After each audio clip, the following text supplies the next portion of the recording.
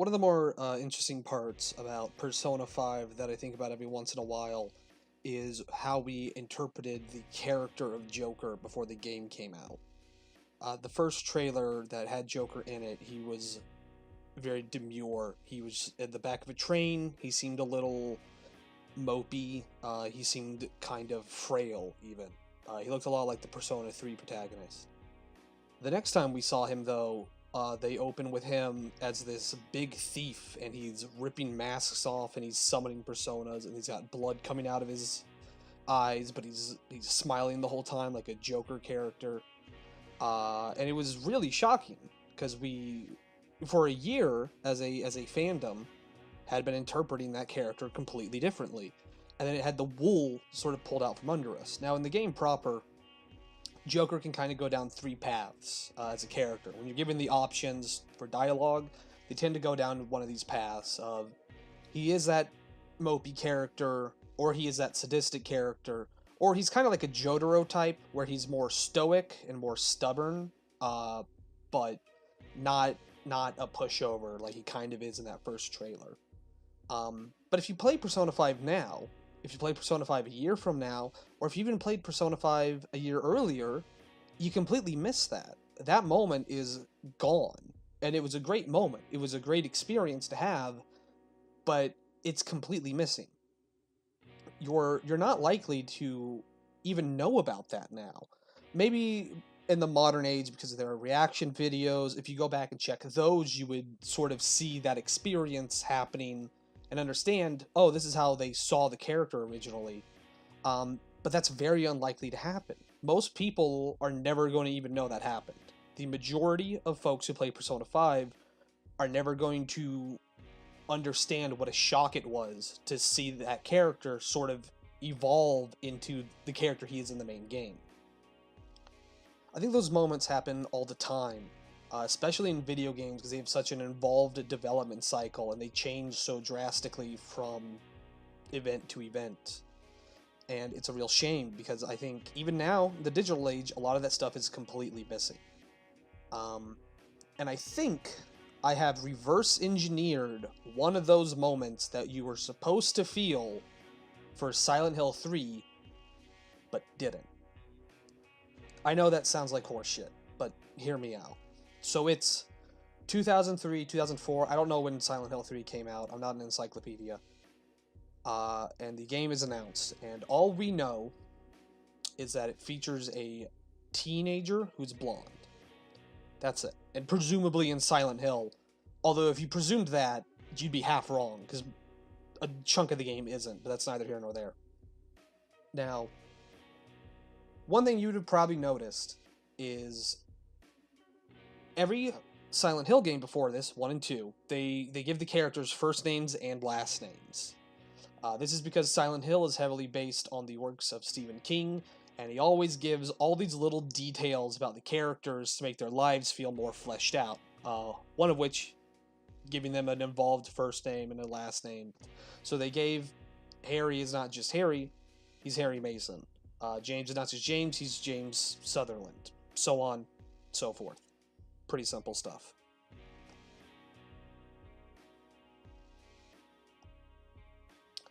Just makes them feel more like people and less like characters.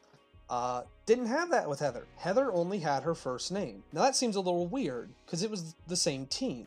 So if you were paying attention, you would sort of just see that and go like, that's a little weird, why don't they mention her last name? And I'd be willing to bet some of the magazines would even report on like, we don't know who Heather is, we don't know who her family is, or why she's out on her own when all this Silent Hill shit happens. Here's what I think you were supposed to think. And probably didn't. If you play Silent Hill 2, spoilers, by the way, there are 6 endings you can get. Depending on which version of the game you get, it's less or more, but we'll just say 6 for simplicity's sake. 3 of those endings you cannot get on the first playthrough. You got to do it on a second playthrough. The criteria, the items just don't show up. 2 of those endings are bad endings. One of them is the good ending, and it's the most likely ending to get. It's the leave ending. It's the ending where James leaves Silent Hill with the little girl character from Silent Hill 2, Laura. the little blonde girl, with the implication being that he has adopted her. I'm positive you understand by now what I'm saying. But I'm putting forth the idea that you, the player, were supposed to assume Heather was actually Laura under a pseudonym, and that James was her father. That would make total sense. It's a direct sequel. It's Silent Hill 3 from Silent Hill 2. Most players probably would have gotten that ending, presumably, because the criteria for getting that ending is you keep James's health up all the time. If you're a new player, you're going to be as healthy as you can be, and you read all the letters and you watch all the photos and shit. Perfect sense. Now, there's a couple of clear problems with that, because Lauren has blue eyes, Heather has brown eyes. And I think anyone who pays attention to that would immediately say, that's stupid, you retard. And you'd be right. But allow me to counteract that. If you watch the cutscenes in Silent Hill 2, you very rarely see a character's eyes. There are some scenes that are an exception, but usually a character's eyes are covered in shadow in the pre-rendered cutscenes. In the in-game cutscenes, you don't get up in their faces, so you really can't see what their eye colors are like.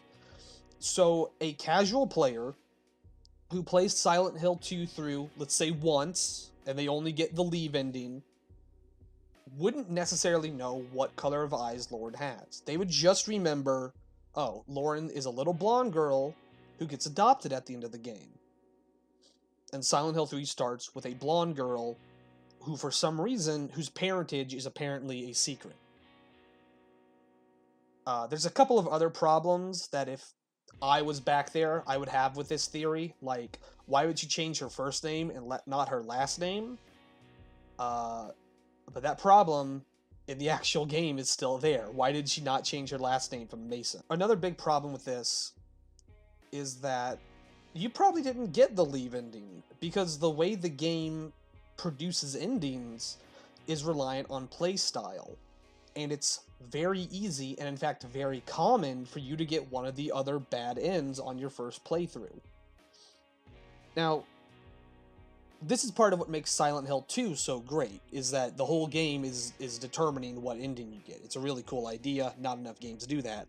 But I don't think Team Silent wanted you to end with anything but the leave ending. I think once they put out Silent Hill 3 and people weren't talking about Lauren like she was Heather, they realized that they had kind of fucked up with the endings.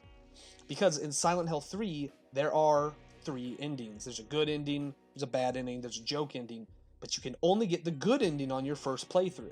In Silent Hill 2, you could also get 2 bad endings, but you can only get a good one in Silent Hill 3. And I think that was their attempt to make it clear what the end goal was supposed to be.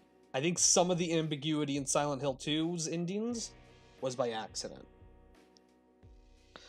Keep in mind, again, I'm not saying Heather was Lauren. She's Cheryl Mason, that's for sure. I'm just saying, you, as a casual fan, you as a normal person, would have thought she would be Lauren. And then halfway through the game, they flip it on you. They flipped it on you. It's actually Cheryl Mason from the first game. Bitch. Pretty straightforward. Another problem is the eye thing's pretty obvious. The eye thing's kind of an issue, obviously. But I also want to point out, much easier to control information about the games getting out at the time. If someone asked a question about, hey, her eyes are kind of, I mean, obviously no one would do that, but if it's got big enough and someone was like, this girl's blonde and Lauren was blonde at the end of the last game, are these the same character maybe? A developer could kind of go like it's not, but can you not ask that, because we kind of want people to think it might be, and then they'd be like, all right, and then they could strike it out, because it's not really misinformation. That's information that is not critical to whether or not the game's bad. And if a fan brought that up and they were like, that's impossible because their eyes are different colors, retard, it would probably be pretty localized. It wouldn't be something that would make the rounds on Reddit or 4chan or Twitter, maybe 4chan, but most forums were pretty localized. There was just a small group of people And then that small group of people would know that, but the general public wouldn't. A general consumer wouldn't be exposed to the concept that these can't be the same character because their eyes are different colors.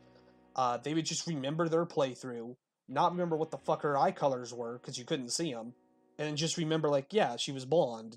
Now she's older, of course. That makes sense. Another thing I want to point out is in the game, there's an alternate costume called God of Thunder, where Heather's eyes are blue. Now this is a huge fucking reach on my part. I recognize that.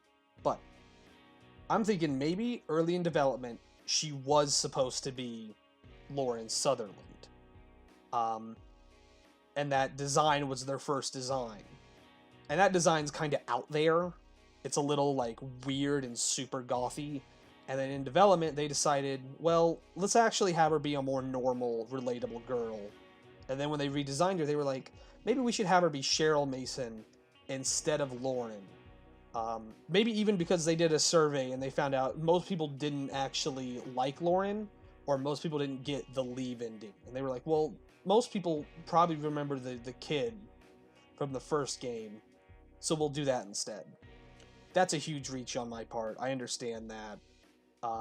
More than likely, the dude just thought it would be nice if she had blue eyes in that costume because it fit the costume better. But I thought I'd bring it up because I thought it was interesting. That's kind of it. I'm very curious to hear from anyone who was around in the hype cycle of Silent Hill 3. Did anyone think Heather was Lauren? Was this something that, like, in the communities people had debunked long ago? Am I fucking stupid? I mean, yes, but am I stupid about this specific event? I don't know. I'm curious, though. I would also love to hear some more sort of shit that you, being in the hype cycle, experience that no one else really does. Because, again, I think it's super interesting. I'm gonna go fucking kill myself now. Bye.